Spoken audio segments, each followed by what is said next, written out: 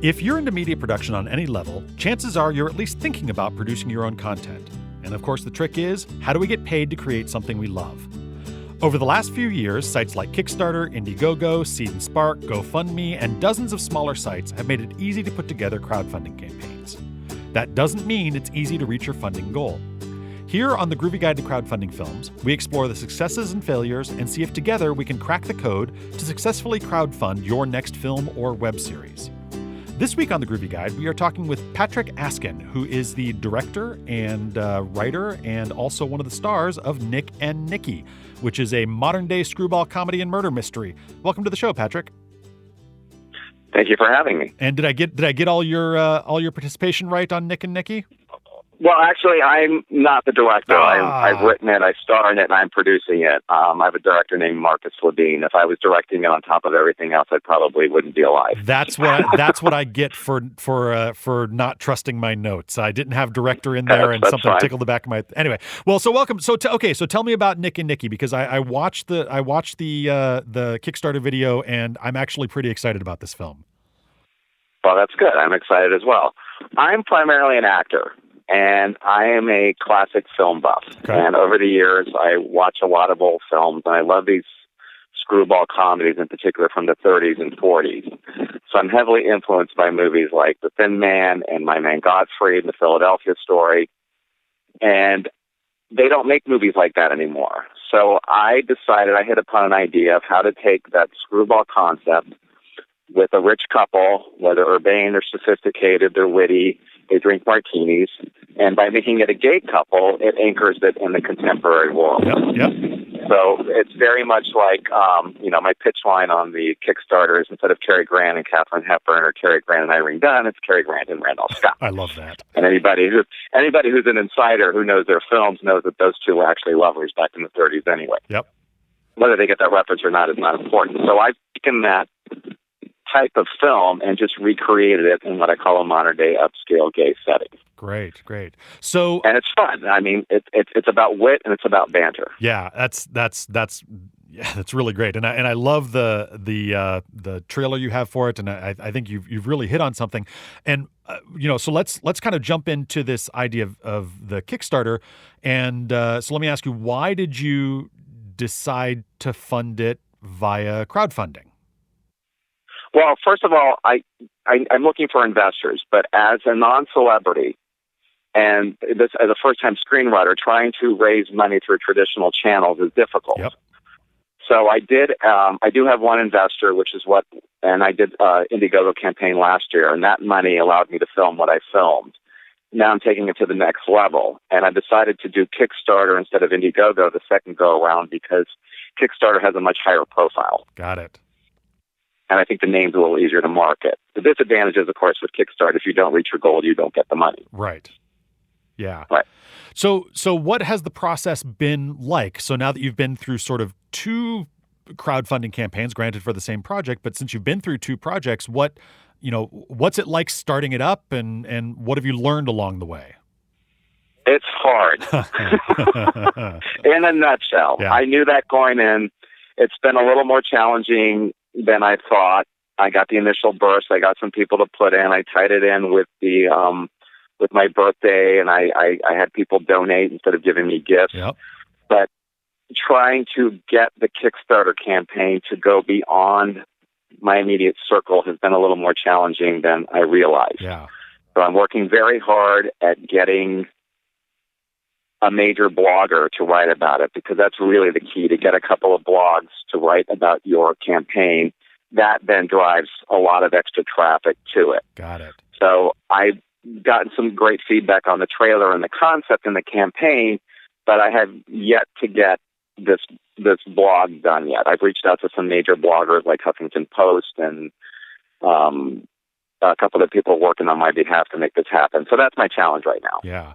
Well, and one of the things I think you've done that was an artistic choice, I'm sure, not a cynical business choice, but I think it turns into a smart business move, and that is that by creating a genre comedy, in this case, we'll call it the genre of gay 30s screwball comedy. Is that a genre? If not, it should be. By creating a genre movie, I think you've you can sort of tap into existing audiences. Have you been able to sort of tap into the communities that would enjoy a movie like this? Yes, and I have a two-pronged approach here. I'm going for a gay audience, but I'm also going for people who love classic film. Yes.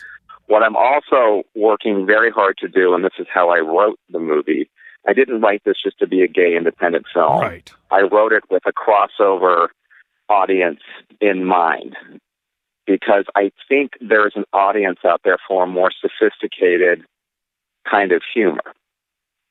And I am actually doing something very ambitious, which is I'm trying to recreate a genre. Yes. Which is the screwball comedy. Right. And a friend of mine pointed out, and this has become my marketing phrase, he goes, "You're doing something that's never been done before. You've got a genre film aimed at a mainstream audience that challenges traditional gender roles." Yes. And that's it in a nutshell. Yeah. And this is the power of comedy. You can get people to look at things in a different way just through making them laugh. Yep. And this is particularly true in the wedding scene that I wrote, which is my goal to film next with the money I raise. I kept all the archetypes in the wedding scene very traditional. Nikki, the boyfriend, will be the bride. Mm-hmm. He will walk down the aisle dressed in white. He will be given away by his mother. The best man is the lesbian detective. The maid of honor is the ex-boyfriend. The flower girl is the dog. So all of these are archetypes that people will relate to. I've just turned everything on its head gender-wise. Yep. So that's my hope, and that's my pitch. I'll be doing a big presentation to investors in early September. And that's my pitch, is try to convince people that this is not going to just appeal to a gay audience. Right. That it will cross over on some level. Yeah. There hasn't been a mainstream comedy that I can think of with two lead gay characters since The Birdcage, and that was many, many years ago. Yep. So I just feel like it's time for this. Yeah, absolutely. So how did you come up with, I think your current Kickstarter is asking for $10,000. Where did that number come from? And well, what my goal right now is to film the wedding scene. Got and it. in order to film the wedding scene, which will take place in the Hamptons, I need about $30,000. Okay. So I'm hoping to raise 15 from Kickstarter, 15 from investors. Got it. My friend who's doing my PR suggested I lower the 15 to 10 just to make sure I get my goal. Yep. So I'm hoping to get between $10,000 to $15,000 on this Kickstarter campaign, and then raise the rest through private investors. Got it. And I'm very confident that once I film this wedding scene, which will be absolutely spectacular, I will be able to raise the rest of the money to finish the film. Got it. And then are you planning on doing that via traditional investors and traditional funding, or do you think you'll go back to the crowdfunding well? To be honest with you, I haven't thought that through yet. Okay. I'm just worried about what I'm doing right now. I have one some step at people a time, who are interested right? in it. Yeah, I've learned through. I call it my Scarlett O'Hara mentality. I can only think about this right now. I'll worry about that tomorrow.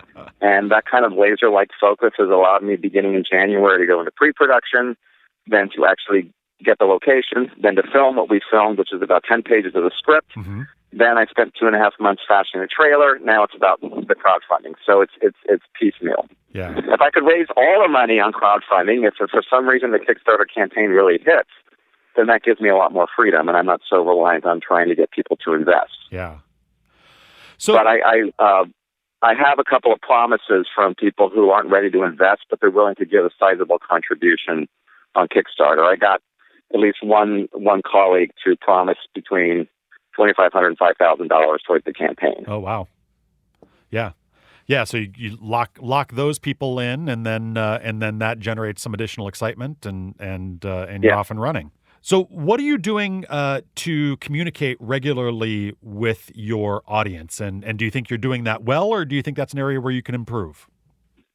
Well, I'm reaching out to number one, major bloggers Mm-hmm. to try to get someone to write about it. Yep. I'm doing social media, Twitter, Facebook.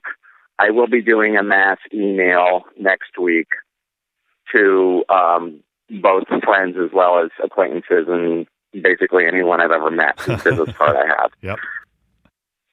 I could be doing more. I kind of hit a point last week where, with particularly Facebook, where I feel like, okay, I'm kind of hitting my head against the wall here. I need to do this a little differently. Now, I did do a post where I used the dog. We've got this adorable dog in the trailer, and I did a whole thing saying, "Hi, my name is Dakota. I star as Nora, the beloved pooch in the film Nick and Nicky. Please make me a star. Go to Kickstarter.com." And I'm using the dog as a promotional thing, and that got a lot of response. Yeah, that's great. That's really clever. I don't have the resources to hire a full-time PR person, so trying to do this, as with this whole process, I'm doing a little too much by myself. But isn't that the nature of being an artist, that you're always doing too much by yourself? But right. But it in terms of PR, I definitely need to reach out to other people. So I've worked very aggressively in the last 4 days, to reach out to people who write these mainstream blogs, particularly Gay Voices at Huffington Post. If I could get them to just do a small write-up, that could take a lot further. But I could be doing more. Yeah. I mean, what I've been told by people is you're doing everything right. The campaign looks great, but I could be doing more. Yeah. Interesting. So what have been some of the biggest challenges you've come up with on the funding side? But the biggest challenge is just to get it outside, to get it to be viewed by people beyond one's immediate circle. Yeah. And that's the challenge. I mean, you can get it to your friends, you can get it to your family, you can get it to their acquaintances and maybe their people, but getting it beyond that, what thing that I'm most frustrated about is I worked very hard, particularly on Facebook, to get a large number of small contributors. Yep. Because the way Kickstarter works, as I understand it, the more backers you have, doesn't matter if they're only putting in $1, the more backers you have in your campaign, Kickstarter then ranks it higher. Got it. And it's more likely to catch notice. Mm-hmm. So I would love to be able to get 300 people all putting in $10. Yep. And all of a sudden I've got 300 new backers. Yeah. That's not a ton of money, but I think that will jumpstart it. And I've been working very diligently on Facebook to convince people. But some people feel like, oh, well, I can only afford $10. How's that going to help you? Which is the same mentality as someone saying, oh, well, why should I bother voting? My vote doesn't count. Right. But it actually does help. So if I get all these people put in a little bit, and this is where I'm hoping my mass email next week will work, that jumpstarts the whole thing. Yeah, interesting. So how has Kickstarter helped you at all? In other words, have you had any interaction with them? Have they offered any advice, or do they offer any particular tools? Or... No, I'm hoping that someone picks it and decides that they like it. It's one of their staff picks, or I'm just waiting for that email that says, "Hey, Kickstarter loves Nick and Nicky." Yeah. So far, no, and I've also been inundated by what I call the crowdfunding hucksters, where you get these emails saying, "Hey, your campaign looks great. Let us help you. This is our package. This is that." Now, some of them are offering free promotion, which I'm doing. Sure. But I don't have. If I had more money put away, I would be able to hire one of these services. But the biggest problem is deciding which ones are good. Right. Yeah. There's so much Kickstarter help clutter, if you can call it that. And I'm having trouble sifting through all these emails and saying, oh, is this a legitimate way to help my campaign, or is this just someone trying to make money off people trying to make money? Yeah, that's really interesting, because that's something that we may have to explore further on the podcast, because we've not really delved into that with other people on this podcast. Is this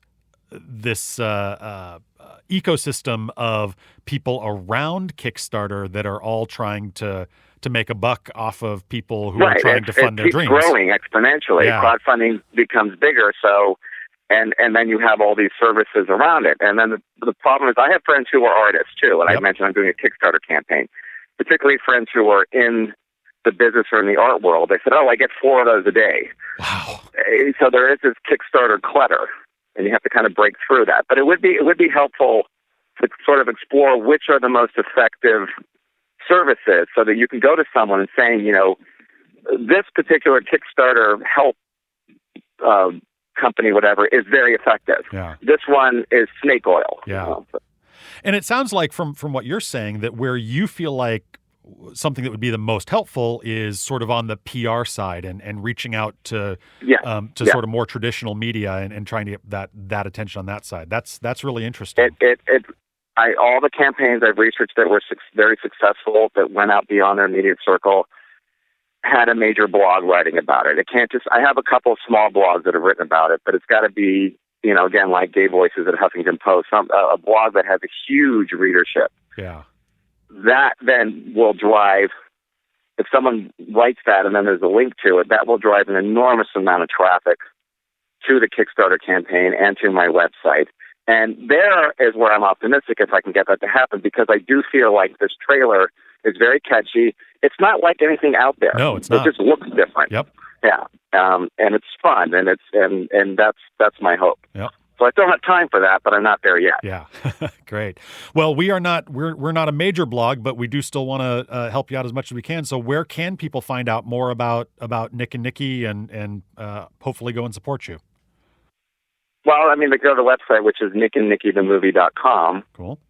And then they can just go to Kickstarter.com and look up Nick and Nikki. Those would be the two best ways to do it. Great. Outstanding. Well, thank you so much for taking the time with us today. And thanks to our listeners for listening to the Groovy Guide to Crowdfunding Films, which is part of the Groovy Guide Network. This week's show was produced by Robert Watkins and mixed and edited by Armando Cepeda. Please subscribe to our podcast on iTunes or Stitcher, and don't forget to rate the show, because that helps other people discover us. If you'd like to be featured on a future episode of the Groovy Guide to Crowdfunding Films, send an email to crowdfunding@groovyguide.to. And thanks so much for taking the time, Patrick.